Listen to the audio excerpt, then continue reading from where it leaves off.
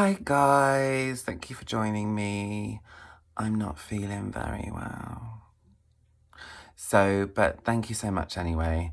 It's been a stressful week and I'm just happy it's nearly over. I actually had to go to the doctor's yesterday and that is what I need to talk to you about because it was a very, very, very stressful time and I nearly got in trouble. But anyway, thank you so much for all your comments and for not using your lawnmowers and for, the countless, feedback I've had on EastEnders. I do understand it more. I still don't fully understand it, but I do. Any more you can give me on EastEnders is amazing. So thank you. But I'll tell you what's been going on in a minute. But anyway, I'm going to tell you a story and all you need to do is listen because everyone loves listening. So what happened was I'm in the waiting room and it was actually really, really cold outside and I could feel, and you can feel the air like blowing around your neck, even if you're wearing a scarf.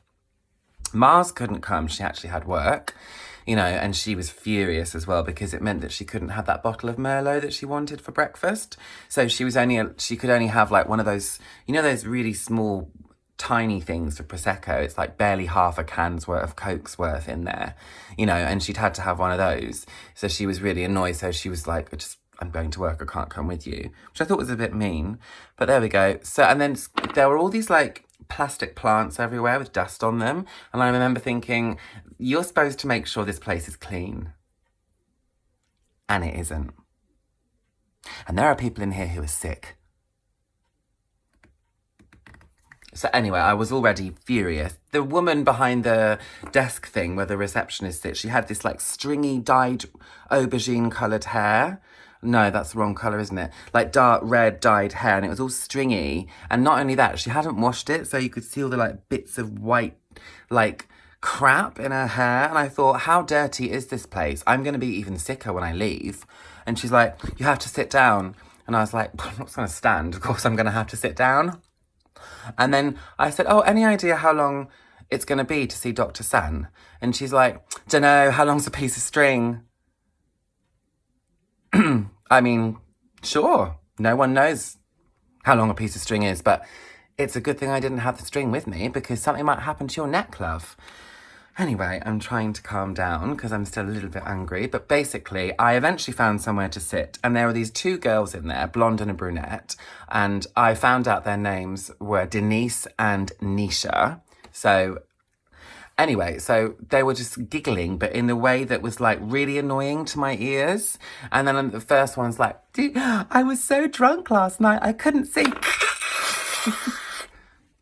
That's really not that funny, actually. And this noise, if you're 3 and you're experimenting with Duplo blocks, fine. But if you're in a hospital, there are sick people around you and they are sick.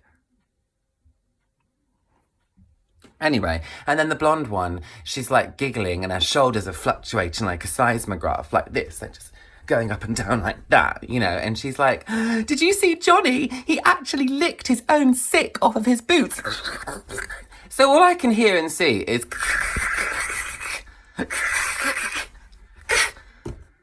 and I'm just, even now it's making me sweat, which isn't good. And I'm just like, I've starting to lose my temper. So I turned around like this and I just glare at them. I'm like,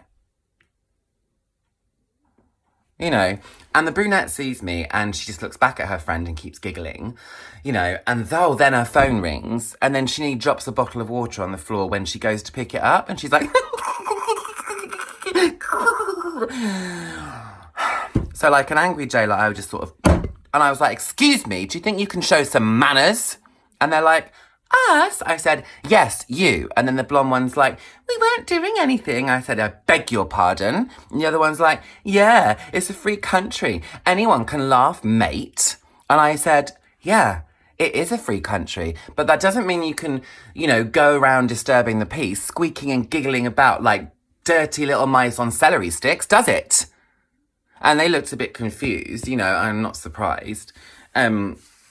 They're obviously kind of about as intelligent as the plastic plants that were in there, They've probably got dust and bits of crap in their hair as well, like that awful receptionist.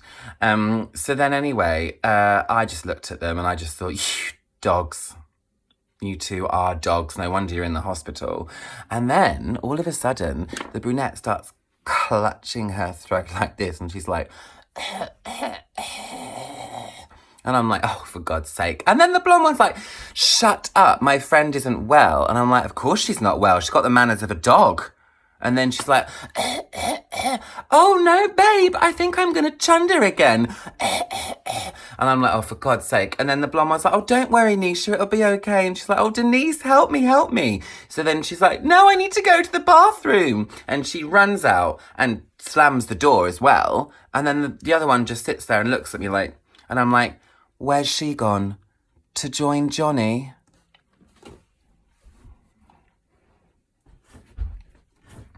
Yep, that's what I said. And she shut her mouth then, didn't she?